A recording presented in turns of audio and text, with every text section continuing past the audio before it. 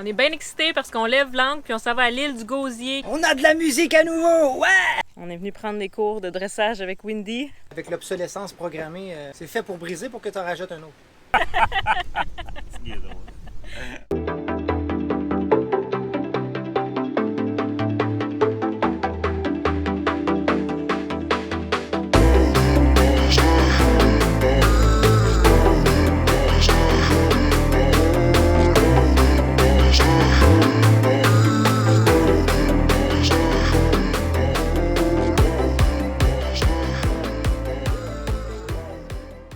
Aujourd'hui, on a fait appel à un électricien marin pour notre problème d'inverter. On voulait s'assurer que pas nous qui avait causé un problème avant d'en acheter un autre, que tout était bien connecté. Ça devrait être bien connecté parce qu'on n'a pas rien changé.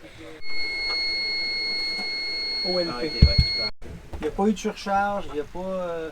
Ça fonctionnait comme d'habitude et en pleine nuit, là, c'est simplement. C'est pas un problème de nos batteries ni nos connexions. C'est l'inverter qui a rendu l'âme. Il a fait son temps. Tout a une fin, hein, puis avec l'obsolescence programmée, ça dure pas lors des années. C'est fait pour briser pour que tu en rajoutes un autre. C'est le même problème qu'on pensait, mais on aime valider quand on connaît pas un domaine. Comme ça, on est sûr et certain qu'on a pris la bonne décision. Puis on dépense pas de l'argent pour rien en essayant des trucs. Lui, il va right to the point, exactement c'est quoi le bobo. Fait que là, on sait à quoi s'en tenir. Ça nous prend un nouveau convertisseur. Puis c'est tout. Mais là, en attendant, je voulais juste démonter, voir si on n'aurait pas un fil de corrodé ou s'il n'y aurait pas un truc de pas correct. Elle est belle. On se demande c'est quoi le problème, parce que il y a un code qui apparaît, LUP, puis dans le livre, ça dit que il passe de 13,5 volts à 9,5 volts en une fraction de seconde. Une baisse de charge. Il n'y a pas assez de charge des batteries qui vient à l'inverter. Puis pour se protéger et protéger les batteries, il se coupe. Sauf que là, tout est beau. Les connexions sont belles, l'énergie est bonne dans les batteries. Fait qu'on ne comprend pas. Il n'est pas si vieux que ça. C'est sûr qu'on l'utilise à tous les jours, mais c'est pas supposé. On va prendre l'autobus pour les cours à Windy.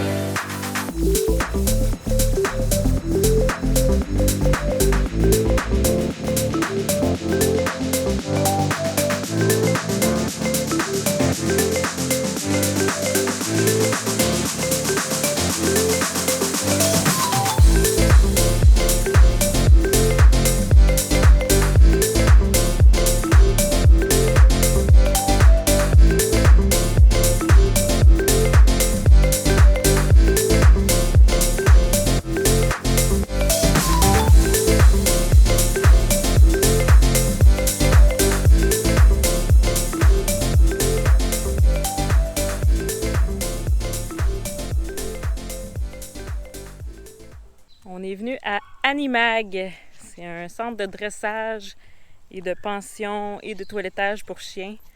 On est venu prendre des cours de dressage avec Windy parce que, comme vous pouvez l'entendre des fois dans les vidéos, elle jappe beaucoup.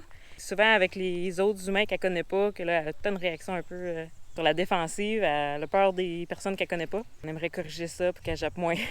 Ça va nous aider dans les vidéos aussi. C'est vraiment une belle place.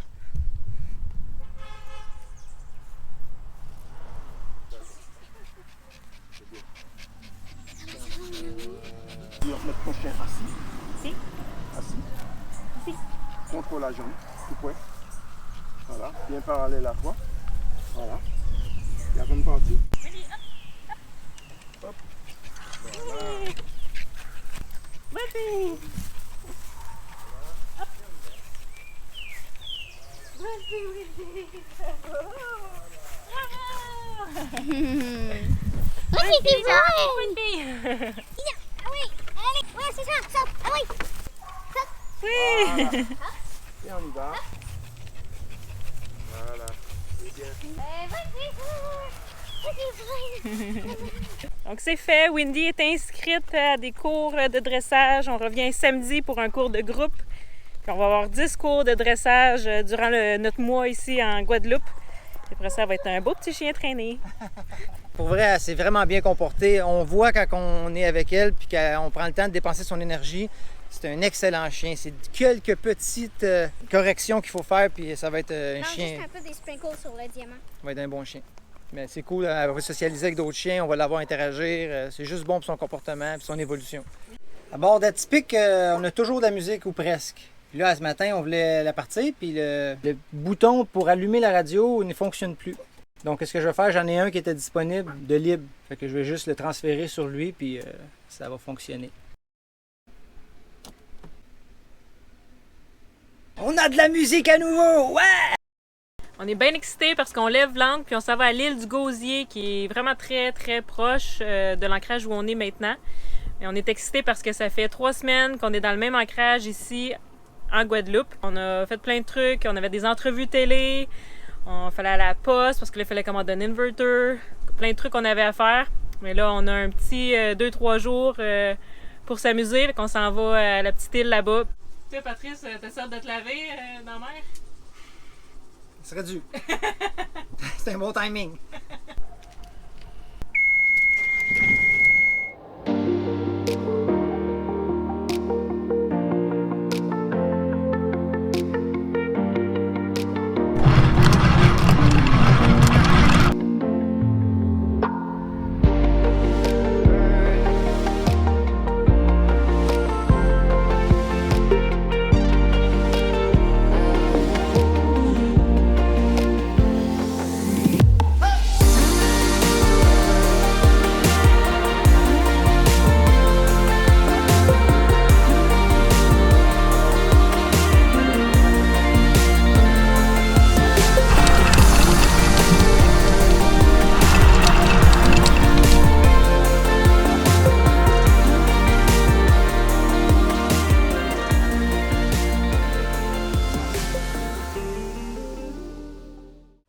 Puis la douche dans l'océan, c'était pas ce que tu pensais? Non. C'était plein de sargasses. On s'est lavé dans la douche. Comment je me lave? Dans ce douche-là. Tadam! Ça, c'est notre douche. On laisse la bolle ouverte, comme ça l'eau s'en va dedans. Puis, je sais pas si on vous l'avait déjà montré, mais on prend ça ici. Là, ça fait une pompe de douche.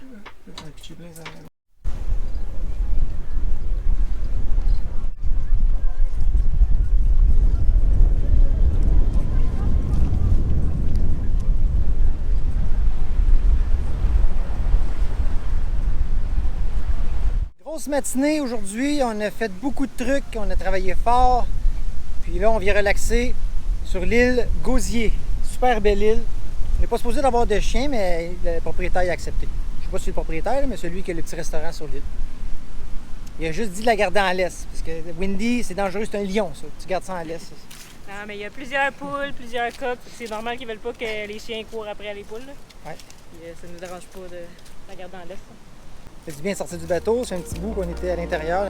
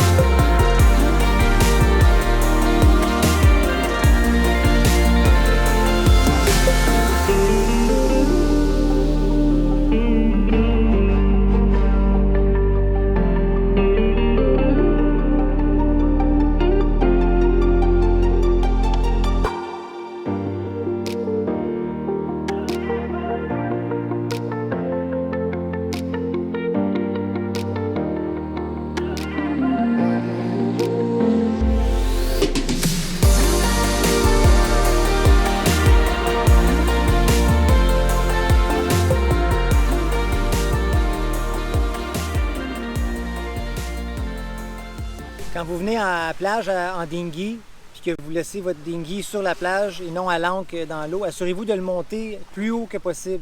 Même si vous voyez la vague qui n'arrive pas à votre dinghy, ça se peut qu'il y en ait une bonne qui monte jusqu'en haut puis qui ramène votre dinghy à l'eau.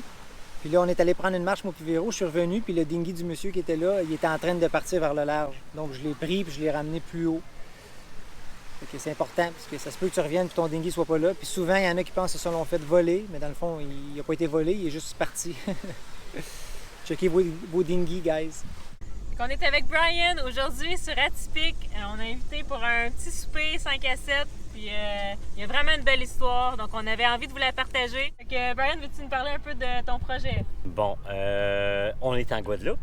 Je suis parti de Québec le 8 octobre après avoir fait une crise de cœur. Écoute, sorti de nulle part, j'ai fait une crise de cœur et j'ai inventé mon projet sur le lit de l'hôpital. Et j'ai réalisé le rêve de ma vie. Je suis un ancien gars de planche à voile qui rêve de traverser l'océan depuis toujours.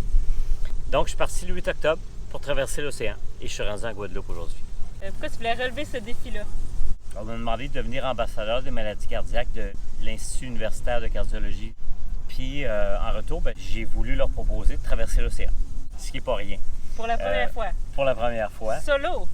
C'est quand même... Solo, oui, ça, on avait oublié de le dire. Donc, vous me prenez à 2 semaines de mon départ, je traverse de Guadeloupe jusqu'aux Açores en Europe.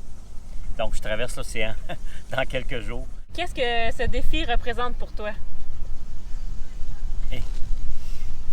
Un rêve depuis que j'ai 20 ans pendant que je faisais de la planche à voile. La fierté d'aider parce que j'ai levé 100 000 $ pour la fondation ICPQ. Dis-moi, Brian, quelles sont les forces requises pour faire une traversée de l'Atlantique? Bien, quand j'ai inventé ce projet-là, je me suis dit, j'ai pas de leçon à donner à personne, je suis pas meilleur qu'un autre. Ma force numéro 1, c'est la motivation. Je suis extrêmement motivé. Qu'est-ce qui te motive autant? C'est un fantasme.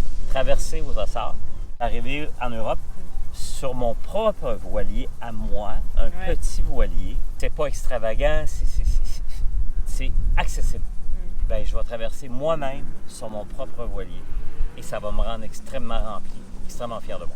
Parle-moi un peu de ton bateau, justement. Pourquoi tu l'as choisi? Pourquoi celui-là pour faire une traversée? J'ai trouvé le même Beneteau que j'avais dans le temps, abandonné depuis 5 ans dans une marina à New York, au Connecticut. Je l'ai acheté, puis je l'ai ramené sur l'eau par le Hudson River. Et il était abandonné, puis ça m'a pris 5 ans à le rénover pour le mettre aussi performant qu'il est aujourd'hui. Oui. Quel instrument que ça prend à bord, selon toi, pour faire une traversée? Oh mon Dieu! J'ai appris, parce que je ne suis pas un expert, là, c'est ma première traversée. J'ai appris que l'énergie, c'est vraiment, vraiment, vraiment la chose la plus importante. J'ai un pilote automatique, Ray Murray, qui barre mon bateau tout seul, oui, mais qui est demandant au niveau énergétique. J'ai un régulateur à d'allure Cap Horn, construit par M. Gélina de Québec, de Montréal en fait, qui barre mon bateau tout seul, sans aucune énergie. C'est certain que tu dois avoir des peurs, des craintes. Pour toi, ça serait quoi? Je tiens à faire ma traversée en solitaire. Par contre, c'est la chose qui me stresse le plus en même temps. C'est d'être seul, parce que ça va prendre quand même 25 jours. Ouais. C'est ce qui m'inquiète le plus. Pas la météo? Non, la météo, on est équipé en professionnel. On est équipé pour suivre la météo. Tu es parti du Québec comme un ambassadeur ayant fait une crise cardiaque. Puis, qu'est-ce qui est arrivé en chemin? Je pense que mon défi il était déjà grand de traverser l'océan comme ambassadeur de l'ICPQ. Mais là, ce qui est particulier, c'est qu'en arrivant en Guadeloupe, j'ai fait une crise cardiaque. Une deuxième? Une deuxième. Wow. En janvier. Là, on est en mai. Ouais. Donc, je suis retourné au Québec. Je me suis remis en forme. Et on est en mai. Puis t'es prêt? Et je suis prêt.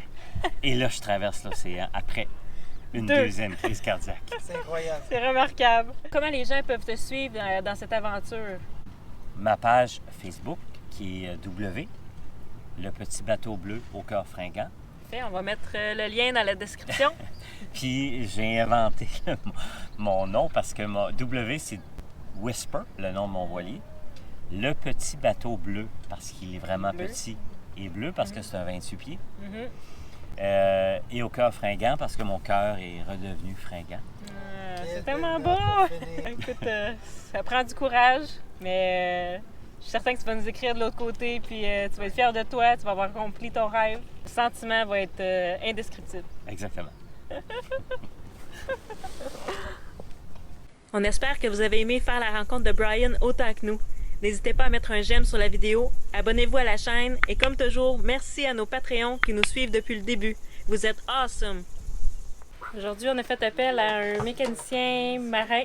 Non, électricien marin, je pense. On avait quelques questions pour lui aujourd'hui. Ça va sûrement finir 5 à 10. C'est l'énergie. Attends. On s'excuse. On a fait- Enfoiré! On dirait qu'ils savent pas qu'on est en entrevue, là. C'est quoi là? Vous regardez pas les réseaux sociaux? Ce qui est drôle, ça va. Putain les gars! Bon. Ah, c'est ça, tournez de bord! Allez, barrez-vous, enfoiré! Ils sont barrés. OK. Donc, je continue. Ouais. Ouais. Les instruments. OK. La semaine prochaine, on visite un volcan actif pour la première fois. On traverse d'abord la jungle et on monte jusqu'au niveau des nuages. À la prochaine!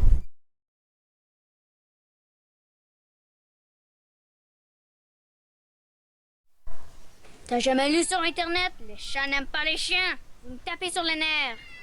Mais je suis Wendy, la chienne salée. Dégage! J'ai dit dégage! Ah, mais quel caractère ces chats! J'avais seulement envie de jouer, maman. Je crois que c'est normal. Parfois, on ne peut pas plaire à tout le monde. Allez, bonne journée. Dégage! Un énorme merci également à nos commanditaires. Jessie Armand de Jet Set Design qui a charpillé la coque et le génois d'Atypique et Patricia des distributions D. Hébert pour notre dinghy Caribe.